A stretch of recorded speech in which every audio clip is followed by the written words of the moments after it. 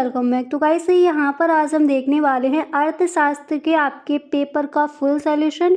तो ये video guys आप एंड तक देखें, वीडियो को आपको बिल्कुल भी स्किप नहीं करना है अगर इस बार के बोर्ड एग्जाम में आप 90+ स्कोर करना चाहते हो। ठीक है, तो यहाँ पर देखने वाले हैं अर्थशास्त्र का पूरा पेपर। इसी तरह से किसी और सब्जेक्ट का आपको पेपर चाहिए हो तो please tell me in the comment box, आप हमें कमेंट बॉक्स में ज़रूर बताएं। ठीक है, तो यहाँ पर गाइस आपका पहला प्रश्न दिया गया है। पहले ऑब्जेक्टिव क्वेश्चन देखेंगे, इसके बाद सब्जेक्टिव क्वेश्चन।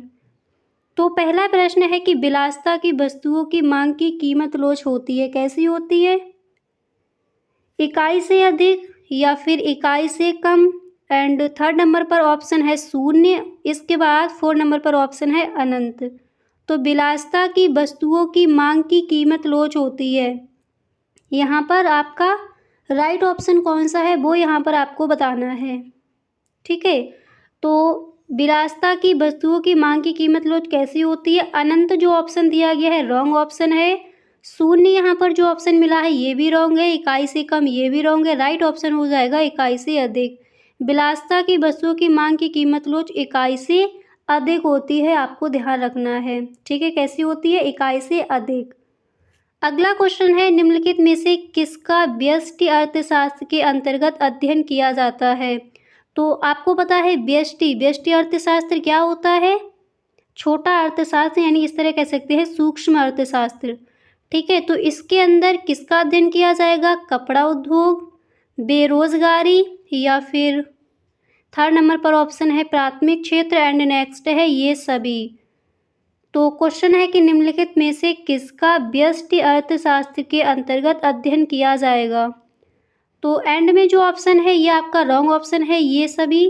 इसके बाद आपका तीसरे नंबर पर जो यहाँ पर ऑप्शन मिला है प्राथमिक क्षेत्र, और दूसरे नंबर पर है बेरोजगारी, फर्स्ट नंबर पर है कपड़ा उद्योग। तो यहाँ पर आपका जो राइट ऑप्शन है वो हो जाएगा कपड़ा उद्योग। तो ध्यान रखना, अगर ये ऑप्शन मिले और व्यष्टि अर्थशास्त्र के अंतर्गत अध्ययन किसका किया जाएगा? कपड़ा उद्योग का। ठीक है, इसके बाद अगला क्वेश्चन है कि अदृश्य निर्यात का अर्थ है, ये आपको बताना है कि अदृश्य निर्यात का क्या अर्थ है। ऑप्शन देखते हैं पहले। फर्स्ट ऑप्शन है निषिद्ध वस्तुओं का निर्यात, सेकंड ऑप्शन है वस्तुओं का निर्यात, थर्ड ऑप्शन है सेवाओं का निर्यात, एंड फोर्थ ऑप्शन है पूंजी का निर्यात। तो आपको बताना है कि अदृश्य निर्यात का अर्थ क्या है। तो अदृश्य निर्यात का क्या अर्थ है? यहाँ पर 4 नंबर पर जो ऑप्शन है पूंजी का निर्यात, ये ऑप्शन आपका हो जाएगा रॉन्ग ऑप्शन। इसके बाद तीसरे नंबर पर जो ऑप्शन मिला है सेवाओं का निर्यात, ये ऑप्शन आपका कैसा हो जाएगा? और सेकंड नंबर पर है वस्तुओं का निर्यात, और फर्स्ट नंबर पर है निषिद्ध वस्तुओं का निर्यात। तो जो आपका राइट ऑप्शन है वो यहाँ पर हो जाएगा सेवाओं का निर्यात, यानी ऑप्शन नंबर सी। सेवाओं का निर्यात अदृश्य निर्यात का अर्थ है। ठीक है, अगला क्वेश्चन है कि राजस्व प्राप्तियों की अपेक्षा राजस्व खर्च का आधिक्य कहलाता है, तो क्या कहलाता है? तरलता अनुपात, या फिर राजस्व घाटा, या फिर बजटीय घाटा, एंड 4 नंबर पर जो ऑप्शन मिला है वो है शुद्ध निवेश। ठीक है, तो आपको बताना है कि राजस्व प्राप्तियों की अपेक्षा राजस्व खर्च का आधिक्य क्या कहलाता है। तो गाइस यहाँ पर जो फर्स्ट नंबर पर आपको ऑप्शन दिया गया है तरलता अनुपात, ये ऑप्शन आपका कैसा हो जाएगा? और सेकंड नंबर पर है राजस्व घाटा, थर्ड नंबर पर है बजटीय घाटा, 4 नंबर पर है शुद्ध निवेश। तो राइट ऑप्शन यहाँ पर आपका हो जाएगा राजस्व घाटा। तो राजस्व प्राप्तियों की अपेक्षा राजस्व खर्च का आधिक्य राजस्व घाटा कहलाता है, ये आपको ध्यान रखना है। अगला क्वेश्चन है इम्पोर्टेंट है, कई बार पूछा गया या ऑब्जेक्टिव क्वेश्चन में कि जीएसटी एक कर है। जीएसटी एक कैसा कर है? आय पर, यानी जीएसटी एक कर किस पर लगाया जाता है ये आपको बताना है। आय पर, वस्तु एवं सेवाओं पर, बचत पर। इसके बाद यहाँ पर आपका 4 नंबर पर ऑप्शन है इनमें से सभी पर। तो जीएसटी एक कर है, तो जो आपका 4 नंबर पर ऑप्शन है रॉन्ग ऑप्शन है। इसके बाद थर्ड नंबर पर जो ऑप्शन है बचत पर, ये भी आपका कैसा हो जाएगा, रॉन्ग ऑप्शन हो जाएगा। वस्तुओं एवं सेवाओं पर, ये कैसा ऑप्शन है, ये भी आपका हो जाएगा यहाँ पर राइट ऑप्शन। तो वस्तुएं एवं सेवाओं पर जीएसटी लगाई जाती है। अगला क्वेश्चन है कि बाजार का नियम प्रस्तुत किया है, किसने किया है, जेएम कीन्स ने, जेबी से ने, एसी पीगू ने या फिर जीवी क्लार्क ने। तो यहाँ पर आपको बताना है कि बाजार का जो नियम है वो किसने प्रस्तुत किया है।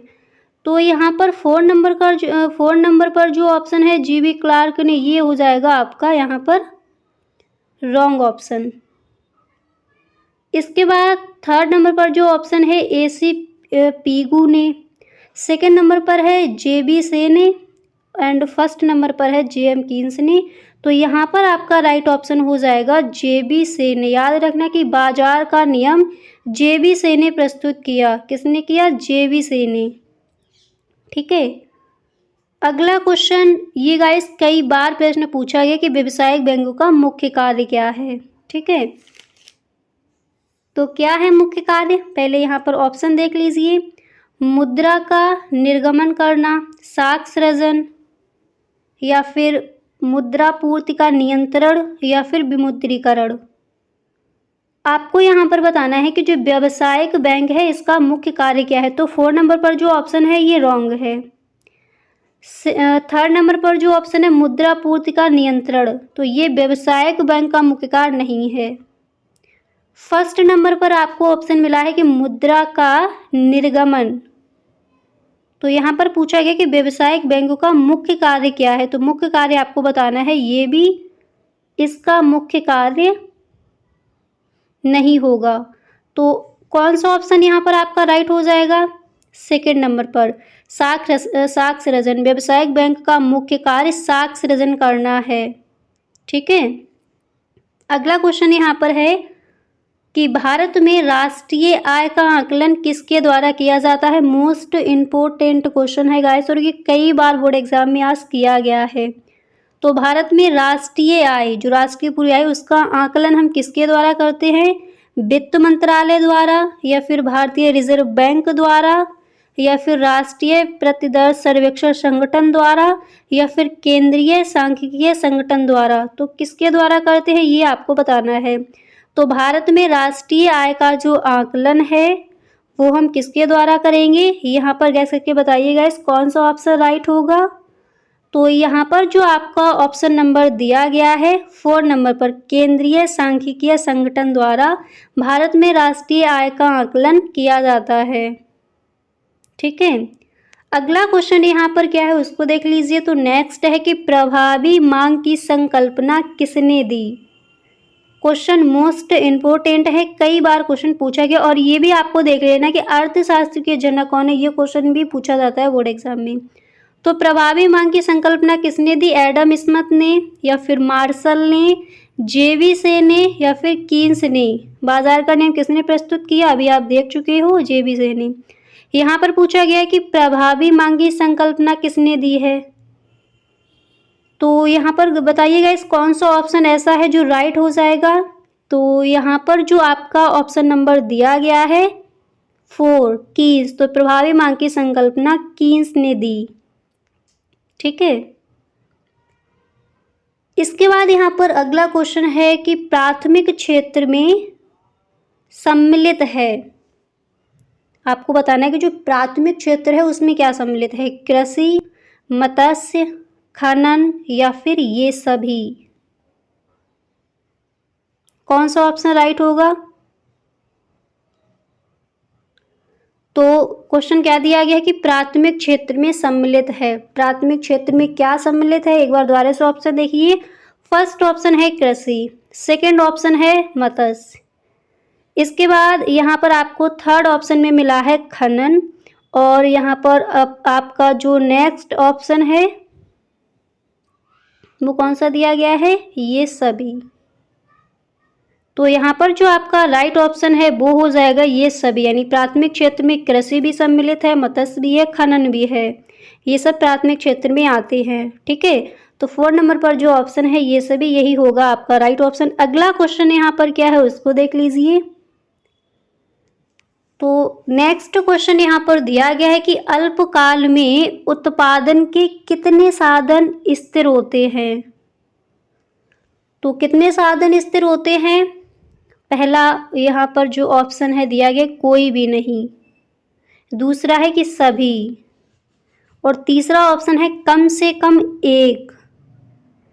इसके बाद यहाँ पर 4 नंबर पर आपको ऑप्शन मिला है अनिश्चित। तो कौन सा ऑप्शन राइट होगा कि अल्पकाल में उत्पादन के कितने साधन स्थिर होते हैं। अनिश्चित जो ऑप्शन है रॉन्ग ऑप्शन है। पहला जो ऑप्शन है कोई भी नहीं, ये भी रॉन्ग है। सेकंड जो ऑप्शन है सभी, ये भी आपका रॉन्ग है। राइट ऑप्शन हो जाएगा कम से कम एक। ध्यान रखना, अल्पकाल में उत्पादन के कितने साधन स्थिर होते हैं, कम से कम एक। अब इसके बाद आपके जो सब्जेक्टिव क्वेश्चन हैं उनको भी देख लेते हैं। ठीक है, तो ऑब्जेक्टिव जो क्वेश्चन आपके दिए जाएंगे वो कौन कौन से इंपॉर्टेंट है पूरी बुक से, वो यहाँ पर आप देख चुके हो। इसके बाद सब्जेक्टिव क्वेश्चन में कौन कौन से क्वेश्चन आपके पूछे जाएंगे, उनके साथ में आंसर भी आपको मिलेंगे। तो पहला प्रश्न यहाँ पर आपका दिया गया है। क्वेश्चन क्या है कि व्यष्टि अर्थशास्त्र की परिभाषा दीजिए। ठीक है, तो गाइस इसका आंसर और जो आपके सब्जेक्टिव क्वेश्चन है वो हम देखेंगे नेक्स्ट वीडियो में। Thank you.